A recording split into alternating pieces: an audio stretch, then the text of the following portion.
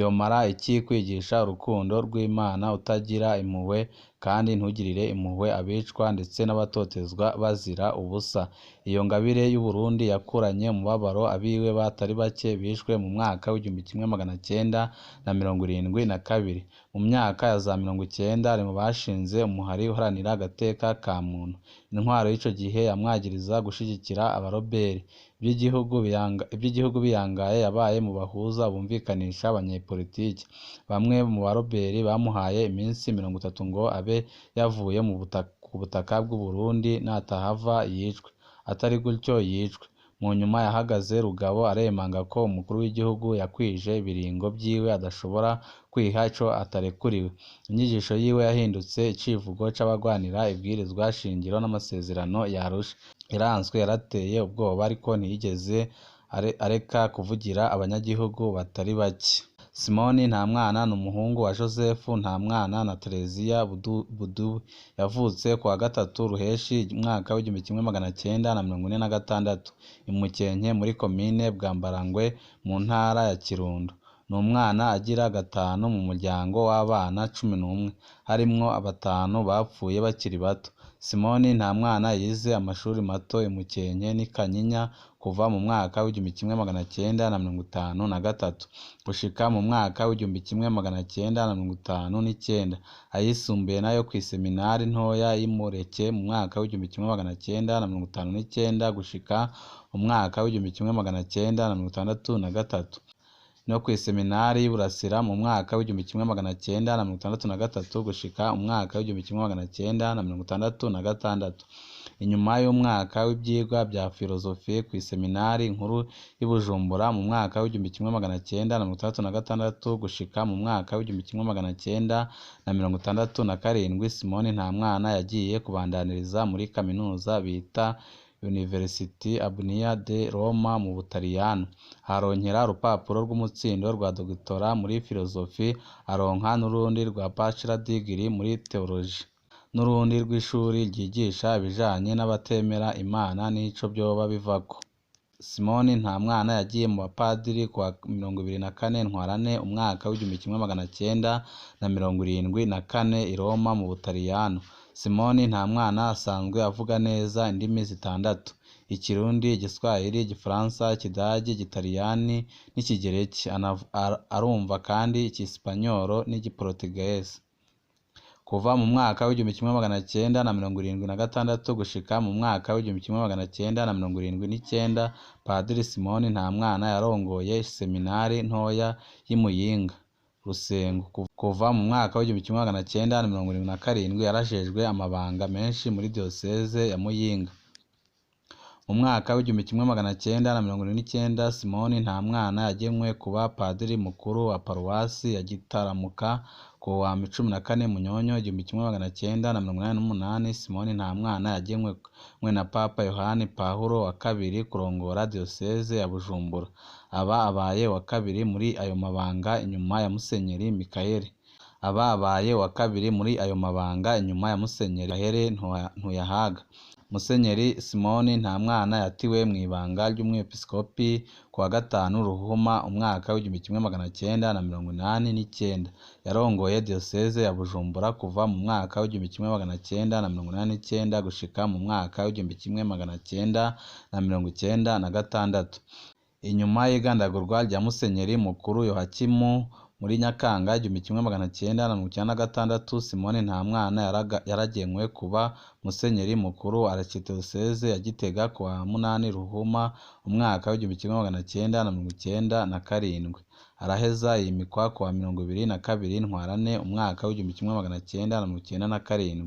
Inyuma y'urupfu rw'umwepiskopi Bernard wa diocese ya Bururi, Musenyeri Simoni Ntamwana yarafatanije kurongora iyo diocese kuva muri 2005 gushika muri 2007. Simoni Ntamwana yakukurutse kuwa 23 Ndamukiza umwaka w'2022.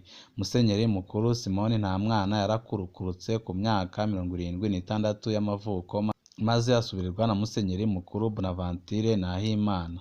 Mu mateka y'u Burundi, Musenyeri Simoni Ntamwana azokwama yibukirwa ku butwari yerekanye mu bihe bitandukanye.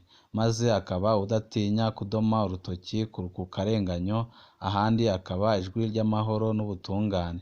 Ni kenshi yahaswe kuzira ukuri yavuga, kandi intwaro zagiye zikurikirana zamutinya cane kubera atatinya kuvuga ukuri, kandi zikarondera no kumucafuza kugira ngo abanyagihugu bamwange, ariko ntivyigeze bibakundira.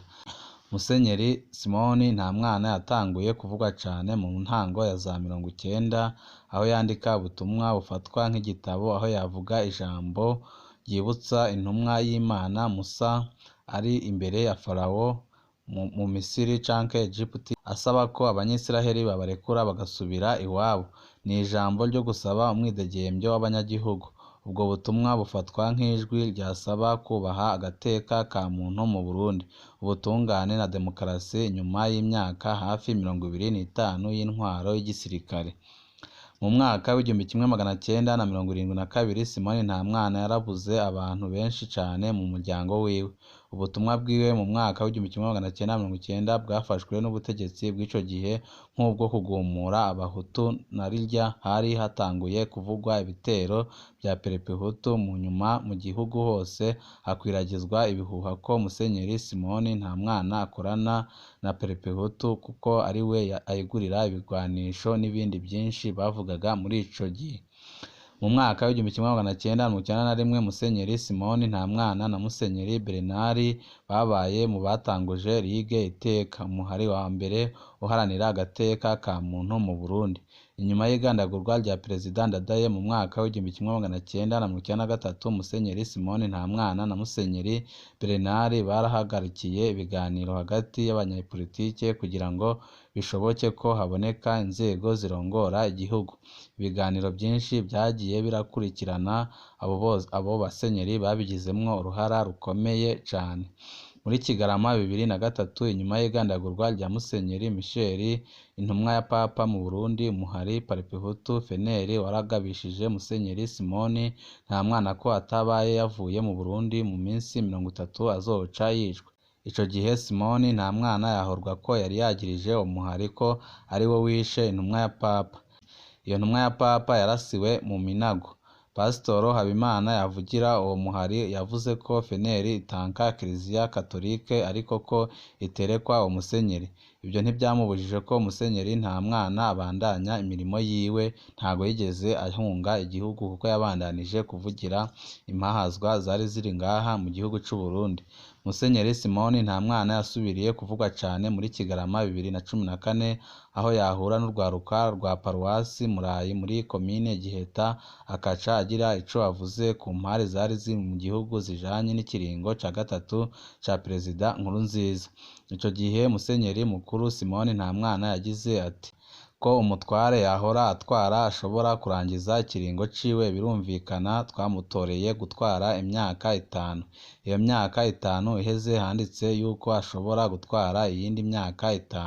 Niyaba atubwiye ibyiza tuzigomwa dushobore kumwongera iyo myaka 5. Umugabo mu mategeko aje ubugira gatatu akavuga ati ingome njewe n'ubu ndacashaka gutwara, naho yoba yatwaye neza twebwe ntidushobora kumutora. Twebwe ntidushobora kumutora kuko atarekuriwe kwitoza.